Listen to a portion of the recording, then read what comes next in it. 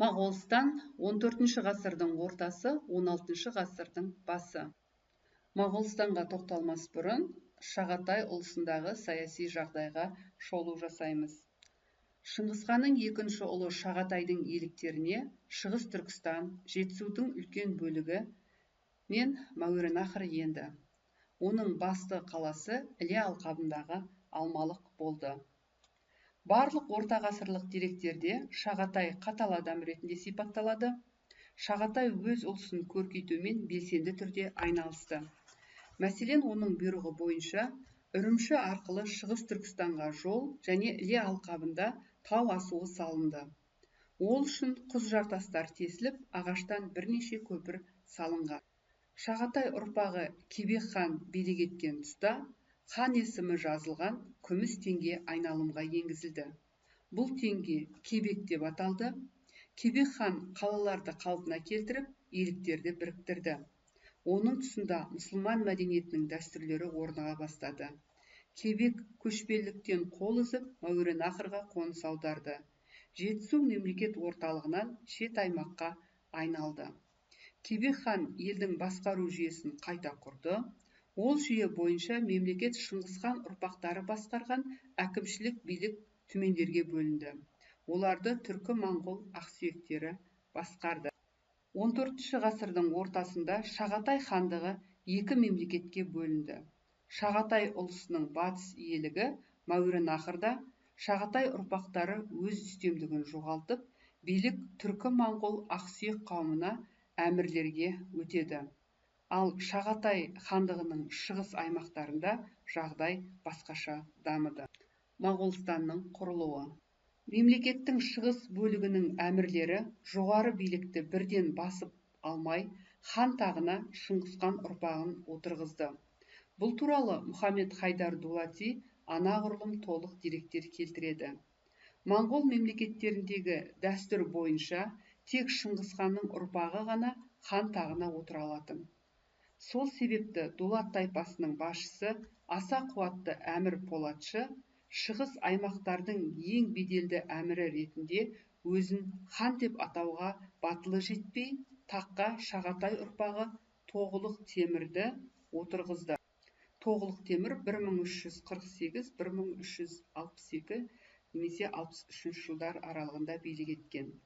Тоғылық Темір Моғолстан билеушілері әулетінің негізін қалады. Дулат әмірлері елдегі негізгі саяси күш ретінде өз билігін нығайта түсті. Шағатай ұлысының шығыс жарты бөлігінде ортағасырлық деректерде Моғолстан немесе Моғолдар ұлысы деп аталған мемлекет пайда болды. Әмір Полатшы тарихқа осы мемлекеттің негізін қалаушы ретінде енді. Моғолстан Моғолдар елі дегенді білдіреді. Халқы және жер аумағы. Моғолстан халқының құрамында көптеген түркі және түркіленген моңғол тайпалары болды. Моғолстан шекарасы саяси жағдайға байланысты өзгеріп, 7-8 айлық жолға дейін ұзарды.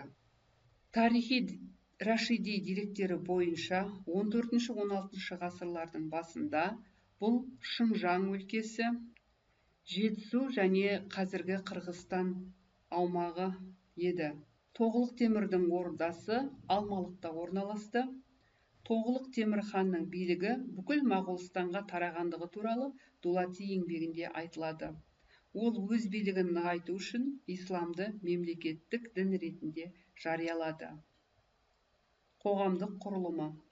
Моғолстанда мемлекеттің басшысы және билік иесі хан болды.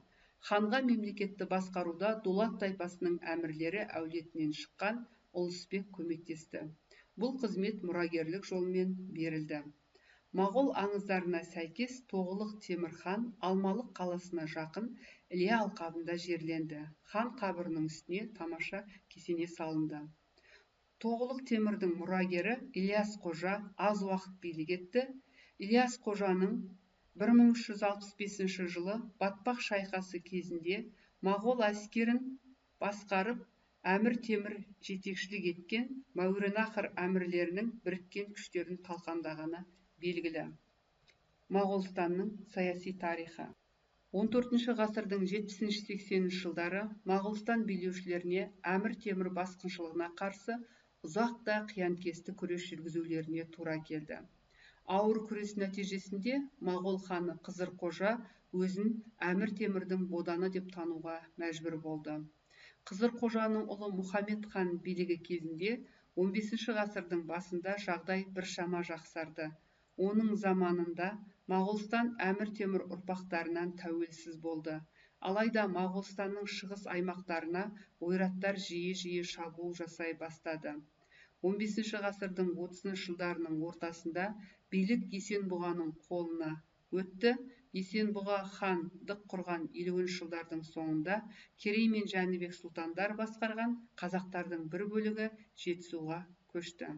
16 ғасырдың басында Моғол билеушілері оңтүстік-шығыс Қазақстандағы өз иеліктерінен айырылды. Шайбани ұрпақтары және қазақтардың қысымымен Моғолдар шығыс Түркістанға қоныс аударды. Моғолстанның соңғы хандарының бірі Қашқарияға басып кіріп, жаңа мемлекеттің негізін қалады. Тарихта ол Қашқария деп аталды. 16 ғасырдың 20 жылдары қазақтар моғолдарды Жетісудан толықтай ығыстырды. Жетісу жерінде қалған моғол тайпалары бірте-бірте қазақтармен араласып кетті. Моғолстан өмір сүруін тоқтатты. Моғолстан құлауының көптеген себептері болды. Олар Шағатай әулетіндегі өзара тартыс, Әмір Темірмен соғыс және ойрат шапқыншылықтары, тұрақсыздық пен ауыр салыққа халық наразылығы және осыған байланысты жаппай қоныс аудару түріндегі қарсылық. Орталық Азия тарихында Моғолстан маңызды рөл атқарды. Қазақтың ұлы жүзін құраған Жетісу тайпаларының бірігу үдерісі аяқталды. Моғолстан этникалық жағынан біртекті мемлекеттер Қазақстан мен Қырғызстанның қалыптасуына жағдай жасады. Пайдаланылған ресурстар.